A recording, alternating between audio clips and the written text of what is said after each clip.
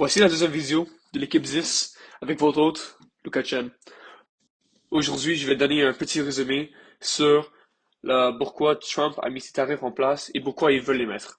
Trump utilise l'épidémie de fentanyl et l'immigration illégale pour déclarer une urgence nationale. En déclarant cette urgence, il peut évoquer la loi sur les pouvoirs économiques d'urgence internationaux. Cette loi américaine accorde au président l'autorité de réguler le commerce international aux réponses à des menaces inhabituelles ou extraordinaires pour la sécurité nationale, la politique étrangère ou l'économie. Selon cette loi, il peut imposer des tarifs douaniers. Les tarifs qu'il souhaite mettre en place sont de 25% sur les importations en provenance du Canada et du Mexique et de 10% sur les importations chinoises. Trump a déclaré qu'il retirait ces tarifs seulement si la Chine, le Mexique et le Canada faisaient des efforts pour éradiquer les importations illégales de drogue et l'arrêt des immigrants illégaux aux États-Unis. Les tarifs seront utilisés comme des leviers pour négocier et forcer les pays à lutter contre le trafic de drogue. Pour convaincre le public, Trump compare la situation actuelle à la guerre de Vietnam, en mettant en avant le nombre de morts. Les tarifs au 6 mars ne sont pas encore imposés. Trump a encore retardé la mise en place des tarifs jusqu'au 2 avril. Les réactions du Canada et de la Chine sont très similaires. Le Canada et la Chine sont prêts à combattre la guerre économique.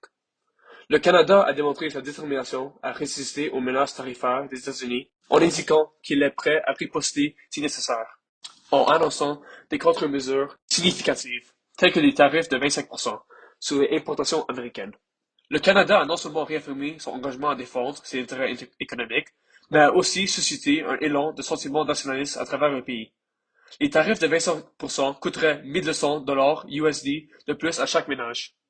Bien que les conséquences économiques d'une guerre commerciale soient probablement graves pour le Canada, il est évident que le pays n'est pas sans défense. Avec un levier stratégique dans des secteurs comme l'énergie et les matières premières, ainsi que des liens politiques et économiques profonds avec les États américains. Le Canada est en position de contester efficacement les droits de douane américains.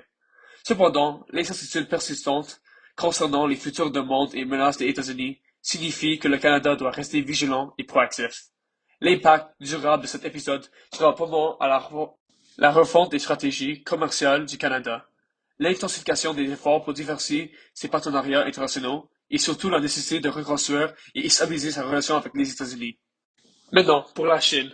En réponse aux tarifs de Trump, la Chine a imposé des taxes à l'importation sur le charbon, le GNL et le pétrole brut américain. Cependant, malgré cela, ces importations de GNL en provenance des États-Unis ont presque doublé par rapport à 2018, bien qu'elles ne représentaient que 1,7% des importations totales de pétrole brut de la Chine en 2023, ce qui indique une faible dépendance de la Chine vis-à-vis des États-Unis pour les combustibles fossiles. De plus, la Chine a imposé des contrôles à l'exportation sur 25 métaux rares essentiels pour l'électronique et équipements militaires, contrôlant près de 90% de la production mondiale raffinée. Cependant, les métaux critiques que la Chine importe des États-Unis pour les semi-conducteurs et l'aérospatiale ont été exemptés de ces restrictions. En réponse, les États-Unis cherchent des alternatives, Trump suggérant que l'Ukraine pourrait garantir l'approvisionnement en métaux rares en échange du soutien américain dans sa lutte contre la Russie, afin d'éviter une dépendance à la Chine pour ses ressources. Cependant, Trump vient d'aller contre l'Ukraine et ne veut plus les aider. Trump et Zelensky, le président de l'Ukraine, se sont rencontrés et ont eu un débat sur la notion de paix avec la Russie, qui n'est pas une solution selon le président Zelensky.